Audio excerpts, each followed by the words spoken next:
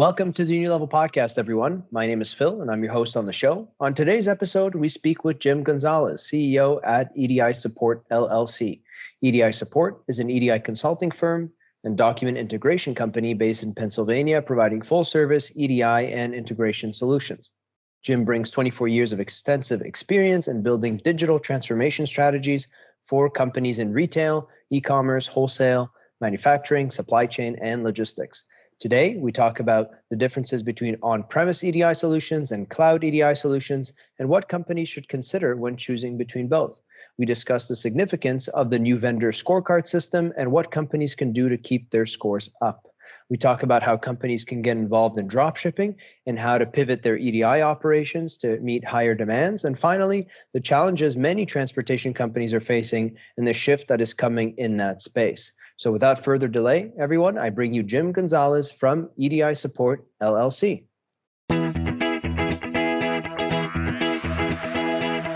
You are listening to the New Level Podcast, where humans talk about automation. We bring you industry experts and share new ideas that help elevate your business. Join your hosts, Philip Agib and Teresa Foreman, on the journey of automation technology.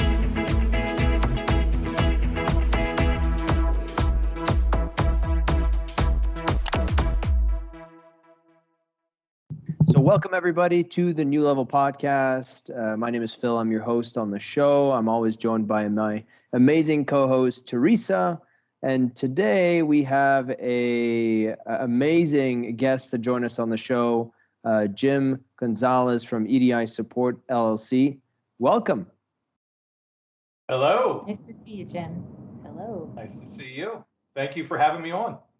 Yeah, our pleasure. So yeah, we've been looking forward to this episode for a while. As you know, everyone, this podcast is sponsored by Vantry Systems. Vantry Systems is a EDI automation integrator in the space. And so actually Jim works in the EDI industry. And so we thought that it would be cool to get his perspective on what's going on in the space. So why don't we jump right into the first question that we have for you, Jim. So, we've been hearing a lot of companies moving to the cloud from on-premise solutions. And really, we wanted to get your perspective on what differences you see between on-premise EDI solutions and cloud EDI solutions, and really just share with us what you're seeing these days with your customers. So with my customers, they always don't fully understand what on-premise and cloud really mean. A lot of times they think that when you say on-premise, for us individuals who have been doing this for years upon years, they think on-premise is solely based on I have to have a server, rack server, any of those type of things. Where on-premise is actually kind of morphed. On-premise, in my mind, is when we're talking about the client controlling of all aspects. The client controlling whether it's a server that's physically on-premise, or we're talking about a server that is in a cloud. It could be your private cloud, could be Azure, or AWS. It's somewhere that's yours, okay? And then when we're talking about cloud or managed, you're thinking more or less of a third party. Somebody else is controlling it, somebody else is maintaining it, somebody else is doing those type of things. What I'm seeing is more of the clients wanting to have on-premise. And they're wanting to have that on-premise because of the control aspect, because of viruses or terrorist attacks or whatever it may be. They just want to have that control feature. And they want to be able to say, this is ours. It's no longer at the mercy of somebody else. This is ours. We control it. We host it. We handle it. It is ours to own. That's what I'm seeing. And really, I'm not seeing anybody. I'm still seeing people that are saying, oh, I want to use the cloud. I love the subscription model. I love all of those things. But a lot of them are really starting to lead towards, I want to control it, whether it's physically there for them, as we're doing right now, and we talked about before the podcast started, going ahead and being able to work out of your home and working in an office or whatever it may be, it's on-premise is in their control, is what I'm seeing anyways, as of lately. So is that a big shift for you, Jim? Because, a couple of years ago, even in some of the podcasts that Phil and I have done over the last year, there was sort of this trend to go to as a service, right? So hiring the third parties or whatnot to take a lot of the ops, not necessarily just EDI, but in general, some of the IT in general. And so would you say that's a trend like within the last year you're seeing that? Is the last 6 months? Is that the last few years? Why do you think that swing is happening? So it's been in my aspect or in my thought pattern, it's been in the last, I want to say year and a half, 2 to 2.5 years, somewhere in that mark, when I started seeing, there was the major push. When the cloud came about, everybody, it's the latest, greatest, everybody wants to be in the cloud. Everybody's like, let's go to virtual machines, let's go to the cloud, AWS, Azure, like all of those things are great for us. And that's what we want to do. And then it started hitting with the IT directors and they're going, well, it used to be unaffordable for us to have our on private clouds owned, to now they're like, well, technology is taken forward so much in advance that we can now actually own that software, or it's become so cheap that if they want to do their own private cloud, they're doing it. And I'm seeing a combination of it's almost like think of things morphing into, we can have it in the cloud, but yet we can have a third party manage it. We can own the license, but yet we don't have to be responsible for it. We're going to push that responsibility off to somebody else. But if I don't like that third party or outside source that's helping me, I now remove their access, put somebody else in that position.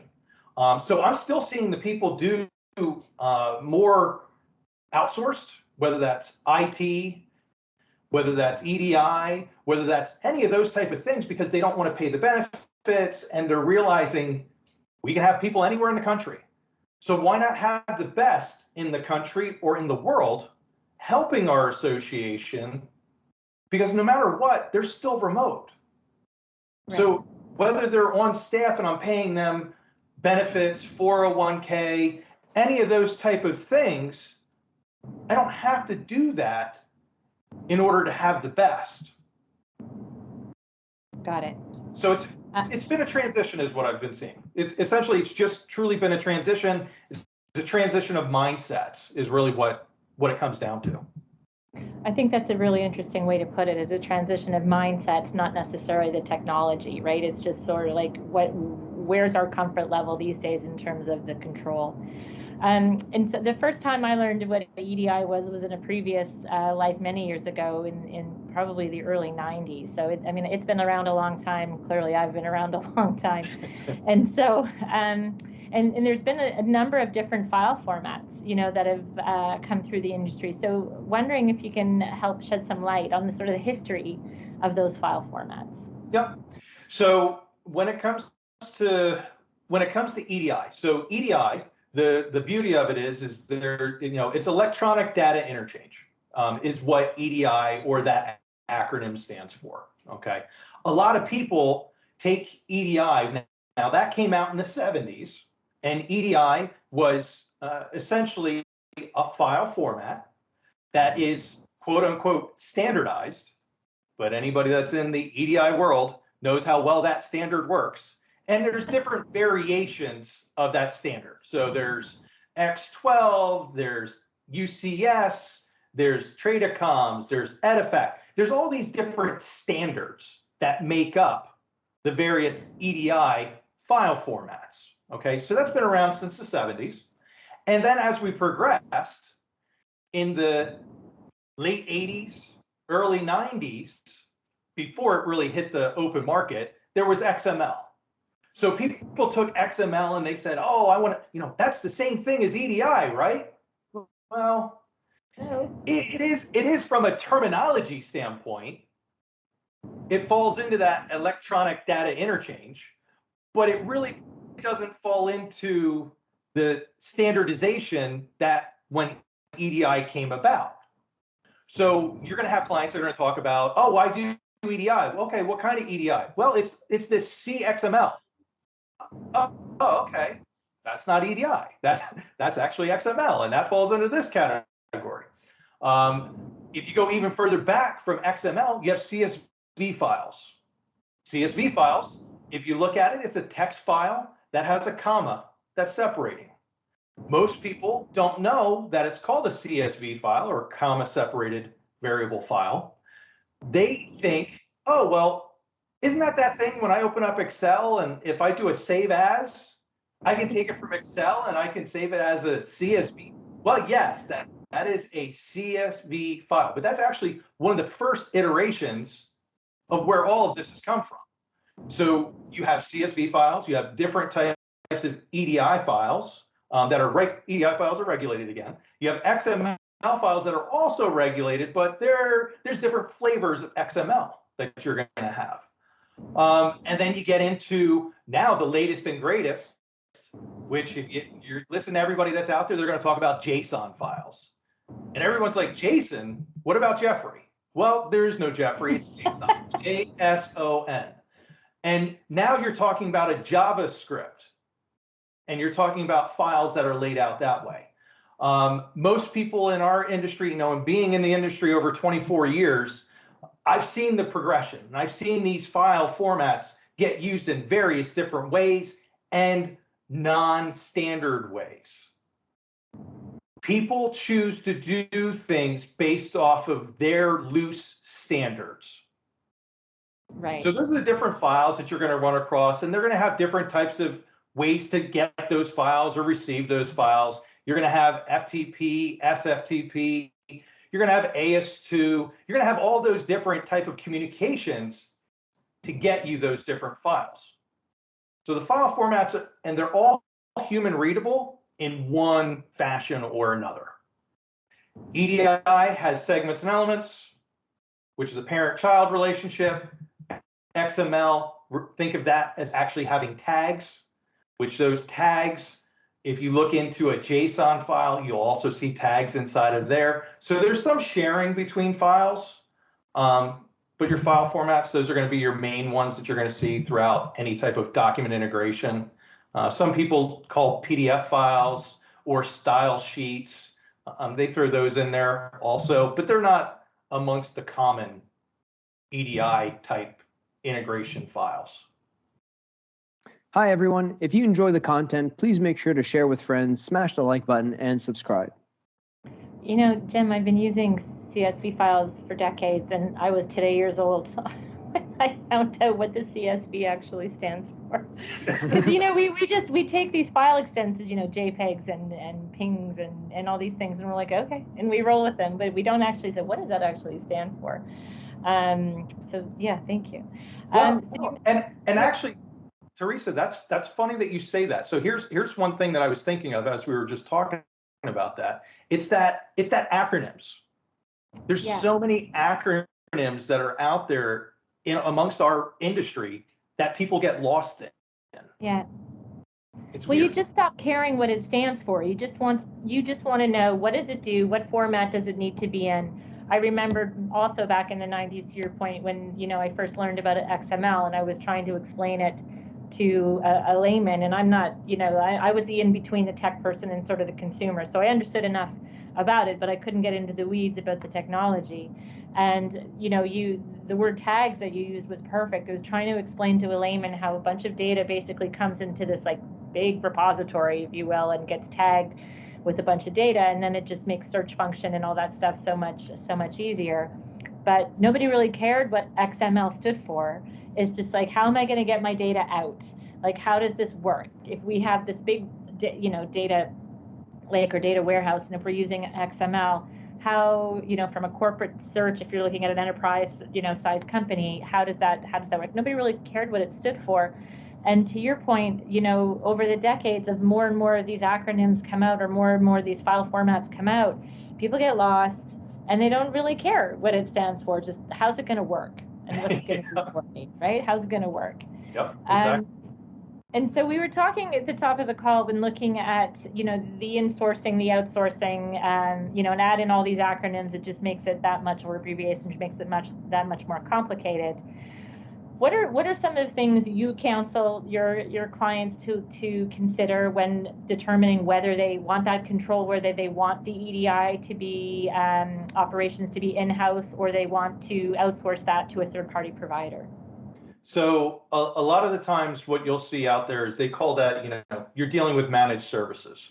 So, when it comes to managed services and understanding when do you do managed services, when do you not do managed services, when do you do any of those things? You really have to look inside yourself as a company. And you have to look at your technical abilities that you have, no matter if you're a $1 million company or a $10 billion company. Where is your expertise? Do you have knowledge on staff for handling EDI and understanding what EDI is and how it relates to your... Not just the acronyms. Yeah, exactly. How does it relate to your customer? How does it relate from, understanding and putting the whole picture together? A lot of companies, if you tell them, oh, well, how does your product flow through the warehouse? I don't know. Julie in the warehouse does that. Well, okay. Well, guess what? Good old Julie. From an EDI standpoint, we have to know that. Like a true EDI person knows how product flows. Or if you're talking healthcare, how does the payment claims get processed? How long do you need for that payment to get processed, or it becomes barren and they're no longer going to pay you? So these things are, do you have it in staff? If you don't, are you willing to pay somebody to bring that knowledge into your staff? So an outside consulting firm, company. Or do you say, you know what, I don't want any of that. And I just want to outsource this, give this to some service provider. They have the knowledge, they do all of that. And that's when you run into a managed service scenario. And that term, as Phil can also attest to, that term of managed service gets thrown around. A true managed service means they're doing it all. You're not having to have any knowledge. You just know, okay, when I get this, I have an order. And I'm using retail because retail's a lot of the times what we're trying to answer for. But I have an order. Okay, I don't care how that order came into me. It was EDI, XML, it doesn't matter to me. It just came into me. I have an order. I know how to get it into my back-end ERP system. I know what I have to do there for that process. And then I'm going to pass it off, and I'm going to do my normal steps. And my managed service is going to handle everything from that point. The testing, the talking with trading partners, the making sure my maps are maintained. All of those things from a managed service. Which one do you want? Knowledge on staff, knowledge under your staff or a partner, or a totally outside managed service. Managed service. So knowledge makes it where it's going to be. That's a very good way to do the distinction, is based on the knowledge, because it's either you have it or you don't have it. And like you said, if you don't have it, are you willing to pay someone to train your staff, or are you willing to hire someone to manage that for you? If not, then right away you know that you need to outsource this. And based on our experience, you'll get them all, right? You get customers that are like, I don't want to do anything, just the easiest thing for me. And then you have others like, you know what? We have some smart people here. If you can do it, we can do it. Great. Here are the tools that you need to do what you say you can do. And we'll do some basic training so you can do it on your own, and you can lean on us if you need a hand.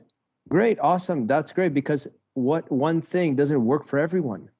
And I think that we need to remind some of these businesses and these operators and these managers and directors that they are in control of their decisions and how they want to do things going forward.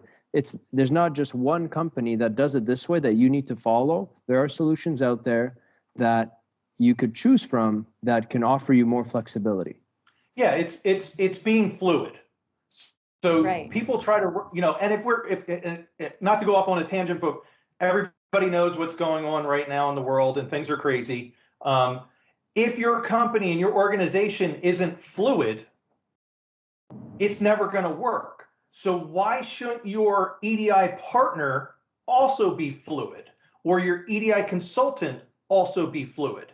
If you don't have the staff, or your staff gets sick, you have to have a solution. You have to keep your business flowing and things going on. Right. So look to those people and organizations that are going to make your life more fluid, easier to move, manipulate, like a lot of businesses are having to do over the last year and a half, 2 years. They've had to be able to shift. Just being very agile, right? And yeah. So I was gonna ask you about sort of the pros and cons of the managed service model versus having it in-house. But some of the things I'm hearing through this discussion is, the ability to scale, the agility factor, to Phil's point, the knowledge base, right? Sometimes you just don't know what you don't know.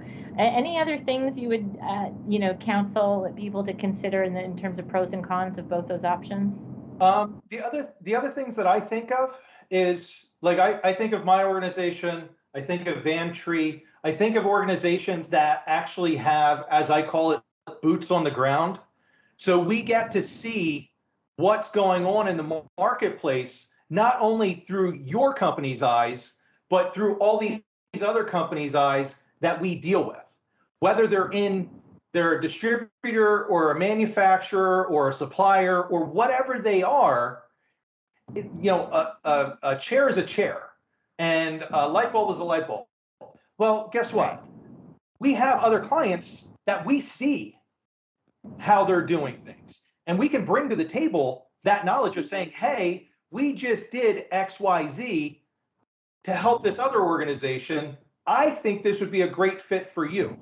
So we're no longer, so a pro is we're not complacent.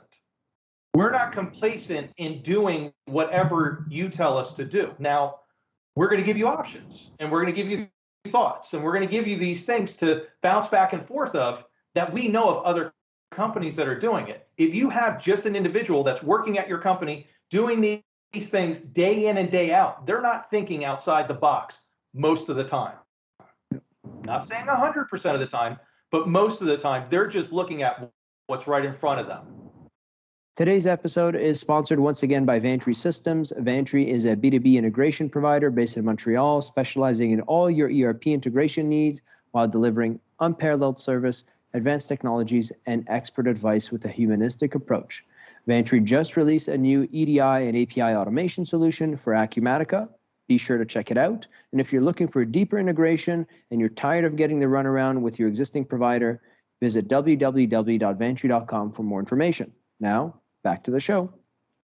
It's very interesting when people have options. Like I think companies appreciate having options and guiding them in their decision-making process. And I think that's the key. That's the type of support that people in the EDI space need, not always get. And so this actually leads to our next question, which is around responsiveness. It kind of touches a little bit on the fluidity and the being agile, and something that you need from your partner. So Jim, how important is it for a company to have a responsive support system in the EDI world? So my take is this. So over the years, it's number one. And the reason it's number one for the handling aspect of EDI is there's a lot of things that do almost a domino effect if you don't have that responsiveness. So if you don't have that responsiveness, you're going to be, time is money.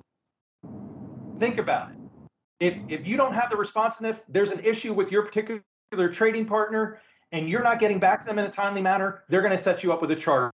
chargeback, or they're going to set you up with a negative scorecard, or they're going to set you up with these things that are negative impacts on how your business is represented to this said buyer or to this said payment facility. So it's very real world that if your support's not on par and you're not getting, people, here you go, an acronym, the SLA. If your SLA is not perfect and doesn't meet the needs, and it's a 3 to 5 day response time on fixing an EDI issue, I can tell you, product can go from California, to Pennsylvania in 3 to 5 business days. So if your EDI document and your support can't handle getting back to you in a responsive, fast nature, well, guess what? Your client's not going to be happy. You're in trouble. Yeah. Your customer's not going to be happy. So. Yeah, I hear you. It's very critical. And, one thing that I speak to customers on a daily basis, and, there are definitely the consequences from a business relationship point of view. I see that as a category that's like outside of the organization. So the pains of, and the domino effect outside the organization. But man, oh man, like Jim, how many people have you spoken to that want to, that just can't sleep because of the issues that they're experiencing, and then the consequences of that for the folks inside the organization. So I see it sort of that way, where it's like there's consequences for the business relationships, but like you also have staff members who are frustrated when these things happen, and eventually they're like, you know what, I'm going to maybe work for another company that manages this better. And I'm not saying I don't like my employer, but I like maybe the EDI provider of the other employer because their support is better, and I don't have to break my head every single day to contact support or re-enter these orders or re-queue everything, It's that trickle down effect. It's the domino effect, however you want to call it. It's if you start to really, really think about things from an EDI aspect or data integration aspect, which, that's the world we live in. That's the world I've been in for all these years. I start seeing that aspect of customer service reps that are like, you know what, I can't do this anymore. Yeah. The orders aren't flowing. I'm constantly having to email. I'm constantly having to make phone calls. The salespeople that have their livelihood on the line, because now they're not making a higher commission percentage because they're losing revenue. So guess what? That drives the margin down. So the margin gets driven down. Your salespeople who have their commission based on margin or based on some other dynamic flow is, hey, the scorecard has gone bad. Well, our scorecard's gone bad. They're buying less product, influx. We're not getting commission. Yeah, that's dangerous. So it's just that tumbling. It just keeps tumbling. It's the snowball effect. What's going to happen to the next thing, and what's going to happen to lost revenue? You start losing staff. What's going to happen when staff is having headaches? They're going to start becoming disgruntled and no longer want to do what they're being paid to do. They're just going to say, you know what?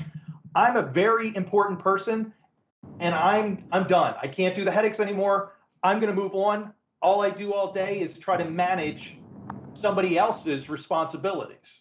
Yeah, exactly.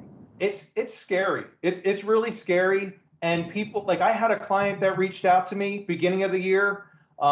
They had told me in 2020 their chargeback was $140,000 of their business.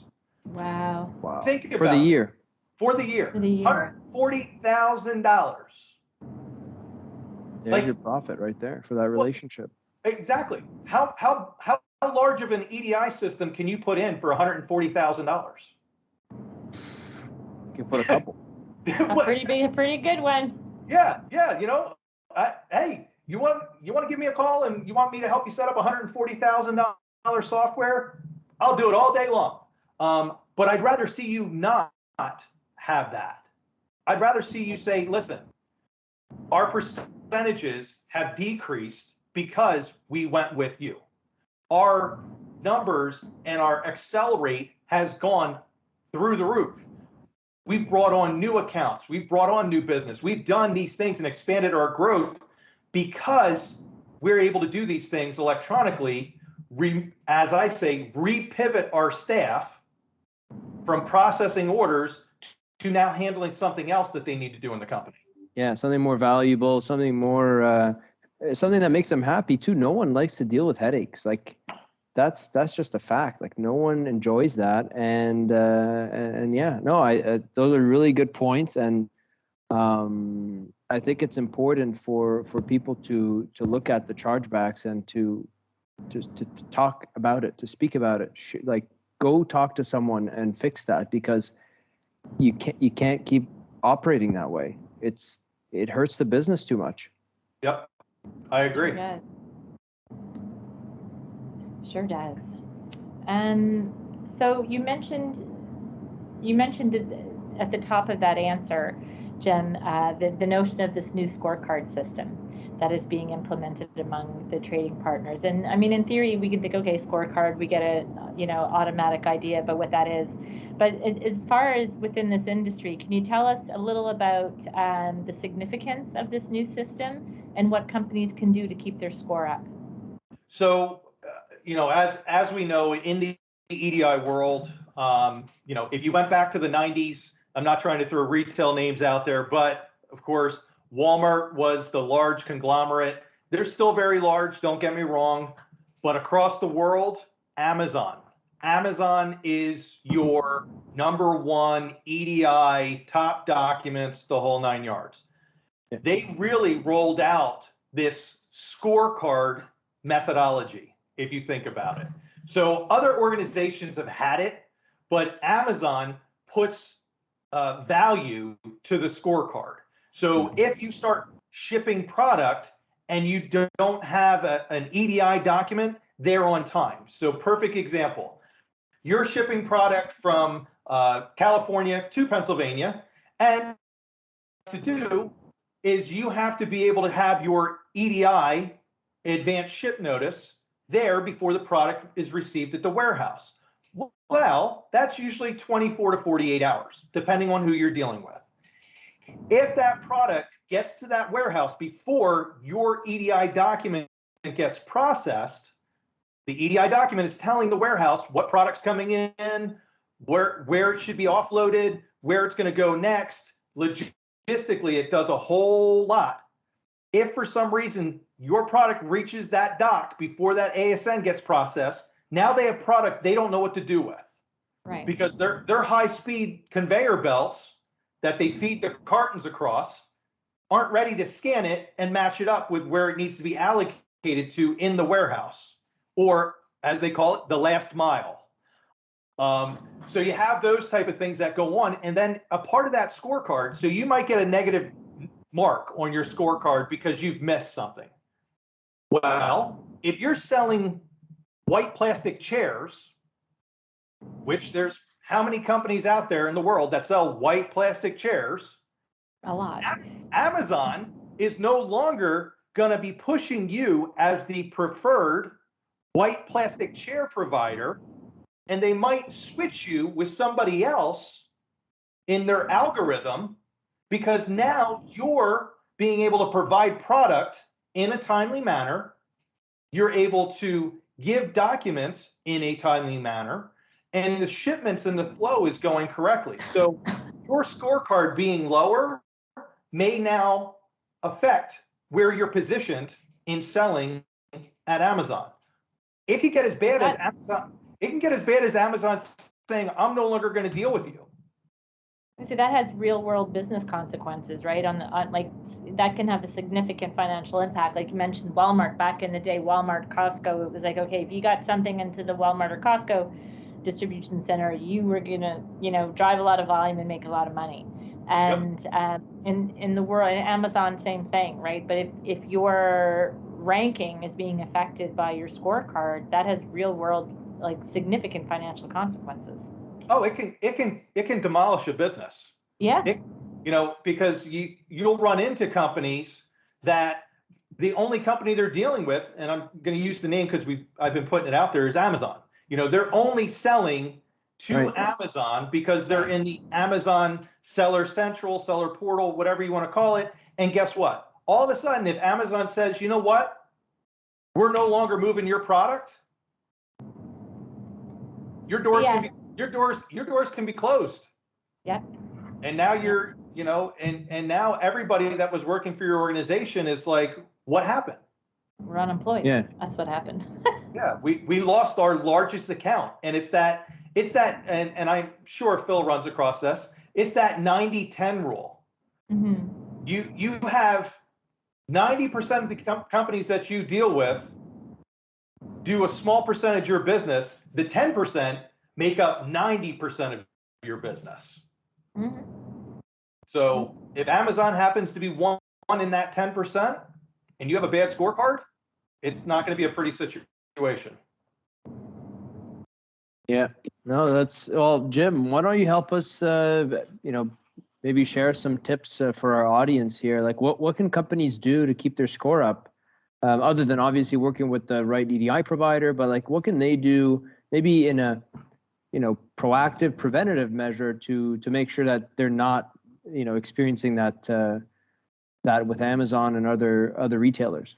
Well, a lot of it folds up to what we've been talking about throughout the podcast. A lot of it folds up to, do you have the knowledge on staff? So you really have to evaluate yourself, and you have to look from 50,000 in the air down, and look and say, hey, okay, outside of this, do we have what we need in-house? Mm-hmm. If we don't, where do we need to get it, or who do we need to go out to for it? Next piece. How do we handle our support? How are we responding to these individual companies, and how fast are we getting back to them? We're not waiting. An email's not sitting on somebody's desk for 2 days before it's being addressed. Are we getting somebody and we're getting a live response, or are we getting a ticketing system that says we'll get back to you when we feel like it? Right.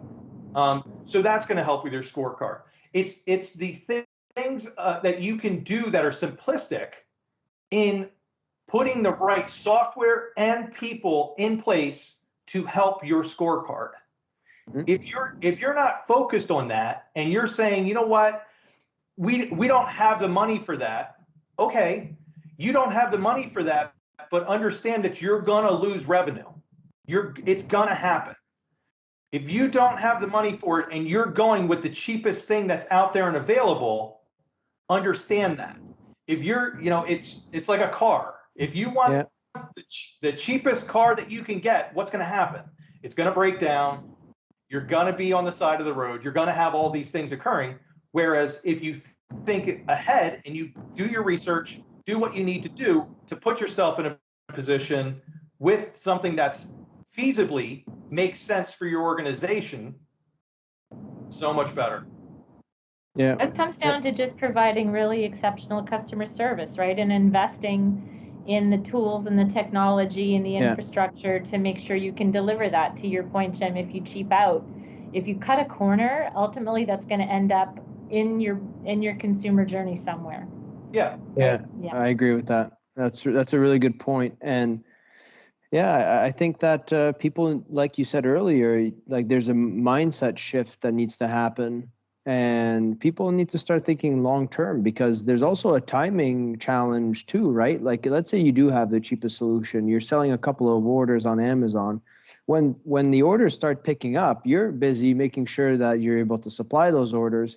There's no time for a huge, system change during that time. So if you're confident in your business, you're confident in your products, you want to really, do this for the long term, invest in long-term solutions.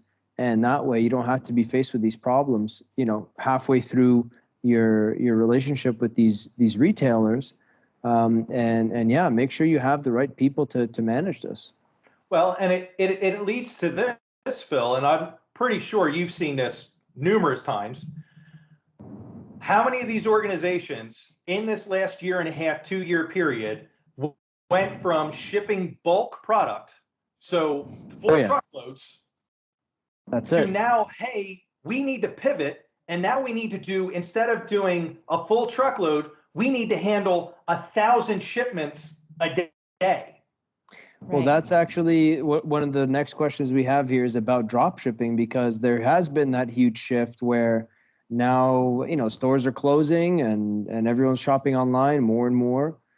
So maybe you could share a little bit about how companies can get involved in drop shipping, Jim, and what to consider from an EDI perspective. So from an EDI perspective, one of the big things that you have to do with expanding your online presence is through, you have the website shopping carts, you have those different types of things that are going on to offer your goods to Amazon, and staying consistent on social media, and basically preparing yourself for that presence. Now, what does that mean? You have to have the staff members.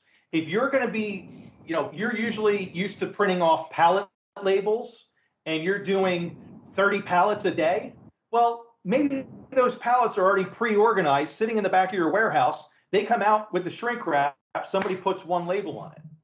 Okay. Right. Now think of, what does it take for your staff to individually label each and every single one of those cartons on that pallet and ship each and every single one of those cartons to somebody's house or direct to a store for somebody to pick up? So if you now have a staff in the warehouse of, just say, 3 individuals, and they're used to running the tow motors or doing the little pallet jacks and bringing out full pallets, now think of them breaking that down and actually calling FedEx, UPS, any of the other, small parcel organizations, and getting it out through them. So you can't just think of, are we going to have enough in the supply chain to get those things out? Are we going to have enough physical members to get it out? And then on top of it, are we going to have the proper tools in place from an EDI standpoint, where maybe we were just doing 1 ASN a day or 2 or 3, to now we need to do an ASN per carton. Yeah, it's per carton. So now in a dropship world, I'm no longer doing 1 ASN for a pallet. I'm doing 100 ASNs from a pallet of goods. Yeah, 100 labels, 100 ASNs, 100 boxes, 100 packaging. Yeah, so your warehouse staff, and I see it on a constant basis, they're going, oh my God, how do I handle all of this? We're inundated with just trying to label, and say the label printers that they're using, which is another piece of EDI. It sounds insignificant, but it's a huge piece. Oh, huge. And they're having to go online, go into a piece of software, click print label. Okay, there's one label. It took 2 minutes to print. All right, I got to do my next one. I'm going to print label. Hold on, we got 2 minutes. We got the next one coming out. If you're doing that 1,000 times in a day, I'm already going bald. I would rip the rest of my hair out. So it's one of those things that you have to know. Can you physically handle it? Because the workload's greater. Is your facility set up to handle it? Most facilities were not. Is your 3PL set up to handle it if you're using a third-party logistics company? And is your software able to maintain it? Your hardware able to maintain dropship? Because if you have a thermal printer that's only printing out 1 label every 2 minutes and you're doing thousands of labels, you're going to be there forever. I just did some research for a project I'm working on, Jim, in the 3PL space globally. And if COVID's done anything, it's e-commerce is skyrocketing, and everything in the e-commerce ecosystem is skyrocketing as a result, right? So whether it's 3PL or transportation companies, or you're mentioning we've gone from like one package to like potentially thousands. And so the importance of it's not even so much like can your EDI function handle it, as can that whole shipment ecosystem scale. at the rate that the market is scaling. And, it's going to be a hockey stick over the next 5-10 years is what I'm seeing in terms of 3PLs. And every 3PL is attached to hundreds, thousands of customers, right, who are all trying to deal with the same questions that we're talking about here today. And you mentioned labeling, and Phil, it reminds me of the guest we had earlier this year, the labeling company, and the amount that Phil and I learned on that call in terms of the intricacies of labeling, and even just the supply chain that happens behind a label. Your label has to tell you scan that label. There's so much in terms of standards that label has to tell you now. Like it just starts to blow my mind in terms of the magnitude of data points and things you have to think about operationally when even just in the shipment ecosystem. Oh yeah, and there's things, when you're talking about, because we over the years I've gotten so far down that rabbit hole of dealing with labels and setting them up and everything else, and you had the big push back in the day of RFIDs and the radio frequency identification embedded into the label, and like there's a lot of things that people don't understand that goes involved with that logistics. That's shipping and drop shipping is a logistic nightmare if you're not set up for it. I mean, and the labeling aspect is critical. Like how they don't, the computers and the belts don't work unless they identify what they're moving, right? Yep. Yeah. Exactly. It's amazing. And it has to be placed in the exact right position. Like it has to be on the carton in this exact two inch space. Yeah. And if it's not, that box is going to get shut off. And it's like the bells and whistles in the warehouse go crazy. And it needs to be processed manually, and so delays in shipping your product and unhappy customers, et cetera, et cetera. So you've shared a lot of knowledge. Now let's talk a little bit about the transportation industry, right? We're talking about shipping. So what are some of the challenges you feel the industry is facing today, Jim? And what are your thoughts on the future of transportation industry's digital transformation? So in transportation, again, we've talked a lot about retail. Transportation, in my mind, is it's behind.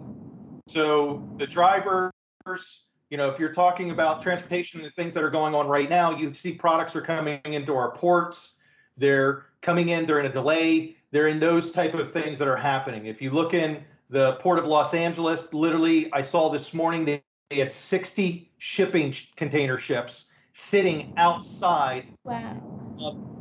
Outside of the Los Angeles port, waiting to come in, and an additional 20 that were coming in behind it within the next 24 hours. Yeah. So you're talking 80 cargo ships. It's a football field sitting there, soccer field, whatever sport you want to relate it to. It's sitting there in the ocean waiting to deliver products.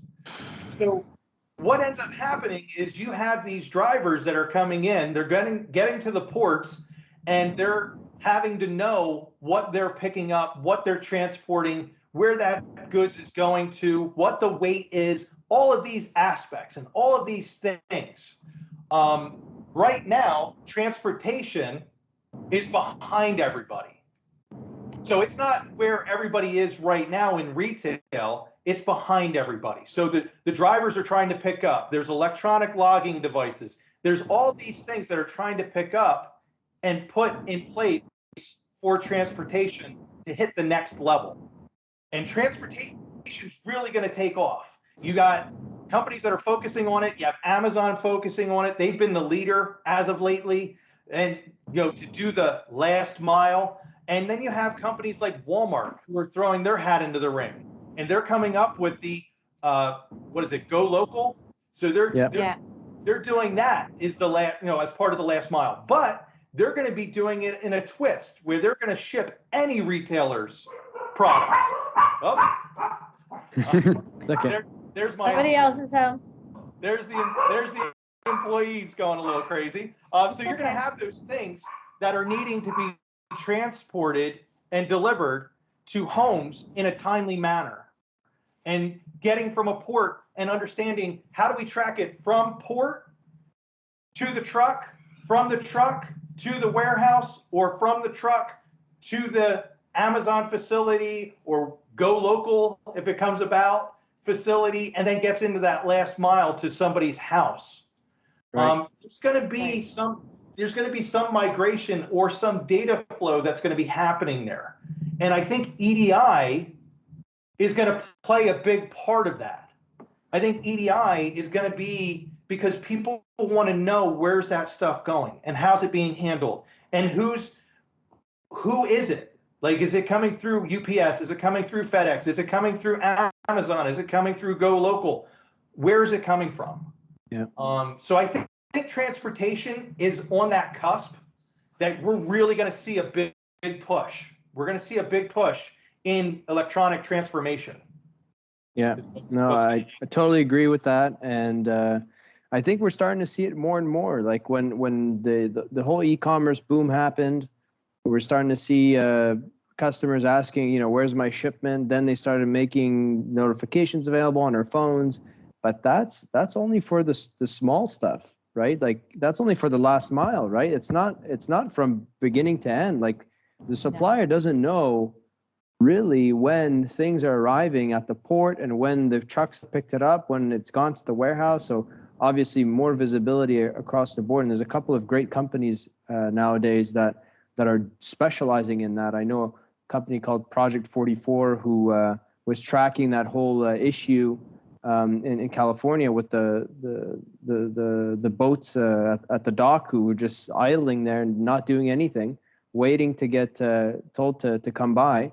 But yeah, that's super interesting. And, one of the last questions I want to ask, it's a little bit off the cuff, Jim.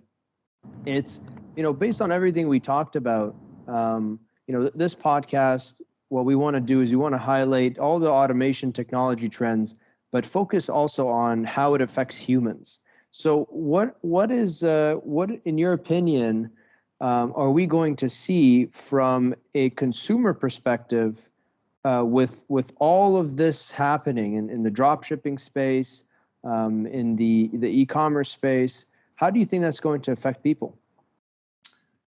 So I think there's going to be an increase of knowledge transfer that's going to need to occur. And what I mean by that is right now, and I can speak for the United States, we don't have the technical knowledge in the US. If you're looking for people that understand EDI, understand document integration, understand a lot of those different things from a technical capability, a lot of the staff numbers are not here. Okay. So what do I think is going to happen is I think there's going to have to be knowledge that's going to have to be transferred. I also think that there's going to be people that are going to transfer knowledge into other aligned segments like IoT.